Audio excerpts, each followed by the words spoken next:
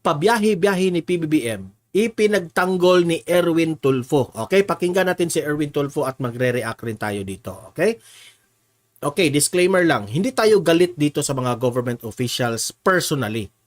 Galit lang tayo sa mga some of the government officials na sa mga ginagawa nila. Okay, walang personalan dito, okay?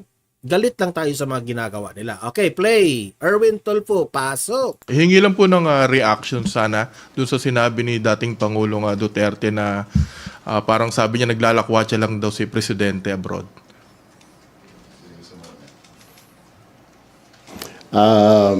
Well, kung titignan ho natin, iba-iba ho yung strategy ng bawat administrasyon. Papansin ho natin, GMA, sinasabi din na maraming mga biyahe. Si ERAP, well, dahil short-lived lang yung kanyang term. Si Pangulong Duterte, hindi masyado, ilang bansa lang. Well, knowing naman kasi kaya hindi siya makabiyahe dahil maraming not welcome siya sa Europe, di ba? We all know that, di ba? And even sa United States. So limited yung travel ng Pangulong Duterte sa Asia, China, Japan, at yung mga kaibigan, Russia. Kaya limited ang biyahe ng Pangulo. Actually, kung titingnan ho natin, Teka muna, Sir Erwin Tulfo ha. Isisita ka na dyan. Sabi mo, limited lang ang biyahe ni Duterte dahil sa Europe hindi siya welcome. Ha? Sir, mas pinili ni Duterte na magserbisyo sa taong bayan. Huwag mong sabihin na hindi siya welcome doon sa Europe. Kasi kung gusto niyang magpasyal-pasyal kung kahit saan, pwede niyang gawin yan. Okay? So, huwag mong i-reason yan na konti lang yung pasyal ni Duterte dahil hindi siya welcome sa Europe. Hindi yan. Mas inuna ni Duterte ang taong bayan and it's very obvious. Look at what happened nung pumunta siya sa Russia. Nandun siya sa Russia. Humarap siya doon kay the President of Russia, si Vladimir Putin. Humarap siya. Nung biglang pumutok yung balita tungkol doon sa Marawi, kahit sino ka pa man, kahit presidente ka pa ng Russia, uunahin ko ang taong bayan. Look at the difference ni PBBM at ni Duterte. Mas inuna ni Duterte ang taong bayan. I don't care if you are the president of Russia. I should first prioritize my people dahil sila yung mga taong bumoto sa akin. Sila yung nagluklok sa akin na maging presidente ako to be the servant. Magserbisyo kayo sa taong bayan. Yan nga ang lagi kong ine-emphasize dito sa vlog ko. Huwag mong sabihin, sir, na hindi welcome si Duterte, kaya ganun, ganyan. Hindi. Si Bongbong Marcos ang may gustong bumiyahe lagi. Si Duterte ang may gusto na pumili na mas i-priority niya ang trabaho niya dito sa loob ng Pilipinas rather than going outside the Philippines. Rason ka pa dyan eh. media, no, we know about it. Ano po bang ginagawa ng Pangulo? I mean, Pangulo goes. Tapos, ikino-compare mo pa. Sabi pa ni Erwin Tulfo dito sabi niya, yung ibang presidente rin naman pumunta rin ng iba't ibang bansa. Si ERAP hindi masyado dahil parang half lang ng term ang kanyang na-serve as a president. Si Fidel Ramos raw, kagaya rin daw ni PBBM. Maraming beses nagpunta sa ibang bansa. Pati si Gloria Macapagal Arroyo rin. And also some of the presidents. Yan ang argument niya. Ikino-compare niya si PBBM na kagaya si PBBM ng ibang mga nagdaang presidente. Kagaya ni Ramos at ni Arroyo. Ngayon, ang tanong ko sa iyo, sir. Ang tanong ko sa inyo, kasi ikino-compare ni mo si PBBM na gaya siya ni Ramos at ni Ramos at ni Arroyo. Ngayon, ang malaking tanong, umunlad ba ang Pilipinas? Nagbago ba ang ekonomiya, Erwin Tulfo? Kasi sabi mo, yung ibang nagdaang presidente, ganun rin. Except ni Duterte kasi pinagbawalan doon sa, hindi siya welcome doon. Mas mabuti pala si Duterte na hindi labas ng bansa kasi mas nafe-feel namin, mas nakikita namin na umunlad yung ating bansa. Yung mga laging lumalabas na presidente sa ibang bansa, si Ramos at si Arroyo, if you will compare ni Duterte na hindi siya masyadong naglabas, saan kami pipili? Dito kami sa hindi laging lumalabas. Mas nafe-feel namin yung presidente namin. So, mali yung logic mo, Erwin Tulfo. Mali talaga. Bakit mo i-compare na? Ganyan naman kasi yung mga presidente labas ng labas. Ang tanong dyan, sa panahon ni Arroyo at ni Ramos, umunlad ba ang bansa natin? Lumaki ba ang ekonomiya natin? Yumaman ba ang bansa natin? Let me answer. No. 'Di ba?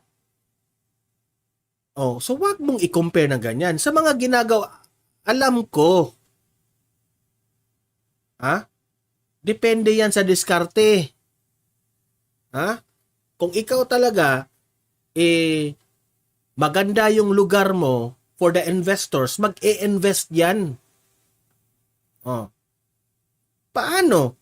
Paano mag-i-invest yung mga dayuhan sa atin? Sa airport pa lamang, meron ng mga surot, daga at ipis. Sige nga. Out of the country to get investments, to secure investments. Siguro, yung mga kasamahan ho ninyo na kasama ng Malacanang sa mga travel, you can ask them. Ano ba ginagawa ng Pangulo doon? Fidel B. Ramos, same thing. Ganun din. Si Cory, hindi masyado Ano kasi sir, ganito kasi yan. No? Kapag ang taong bayan na kasi ang magsabi na nasosobrahan na yung pagbiyahe-biyahe, makinig na lang sana kayo. Yun lang naman makinig kayo. Kasi sila yung pinagsiserbisyuhan natin, ang taong bayan. Yung, meron kasi tayong tinatawag na delikadesa ba? Ang delikadesa is, ikaw, marunong kang tumingin o marunong kang pumansin kung ano yung nafe-feel ng ibang tao. In the case of the president, marunong kang makinig kung ano yung damdamin ng iyong constituents sa mga taong bumoto sa inyo. much. Then you have Fidel V. Ramos, na biyahe din. And then after that, yun nga si ERAP, and then GMA, biyahe. And then si Pinoy, may mga biyahe din. Si Pangulong Duterte, wala masyadong biyahe. So, bawat administration, kanya-kanyang strategy. And Kanya-kanyang strategy. So, yung strategy na yan na pabiyahe-biyahe, hindi na yan magandang strategy. Wala namang nagbago sa Pilipinas the purpose of their trips are to, of course, I'm sorry to, pwede akong magkamali dito, pwede rin akong tama. Pero that's the way I reacted. That's, demokrasya tayo. This is my own opinion. Okay? Opinion ko ito. harbor investments, makakuha ng mga investments. Ang problem nga lang, napupulaan yung gobyerno, nasaan na yung investment? Ang problem ho yung investments ho natin, nakakabit po kasi yun sa economic. Mahirap i-explain, no? Mahirap ipagtanggol, no? Tingnan nyo siya. Utal-utal na. Ang problem ho yung investments ho natin, nakakabit po kasi yun sa economic provisions po ng Constitution natin. Paano ka ho mag-invest kung ako? Kahit ikaw siguro, sir, pag pumunta ka doon sa isang lugar, sasabihin ng mayroong resolution ng konseho. Abante, kung gusto mo mag-invest dito, meron kami mga kababayan dito, makisosyo ka na lang, pero 60% yung sa amin, 40 ka lang. pera mo, papayag ka ba na 40% ka lang? 60% nung wala namang laway lang yung ginamit ng kabila. Syempre, sir, mas uunahin natin ang mga investors natin, mga businessman dito sa Pilipinas. Kung papasukin mo yung mga investors dito, okay yan. Yan na naman ang i-reason out nyo na kaya i-open natin ang Chatcha para baguhin natin ang economic provisions para yung mga iniinganyo ni PBBM na mga investors pumasok. Yun ang ibig mong sabihin. So sa madaling salita, baka si PBBM ang may gusto dito sa Chatcha na ito. Di ba? Parang natuklasan na namin.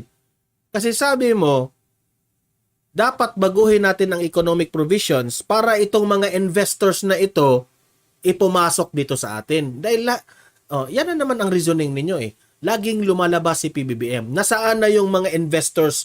Nasaan na yung perang nai-invest na para sa bansa natin? Wala.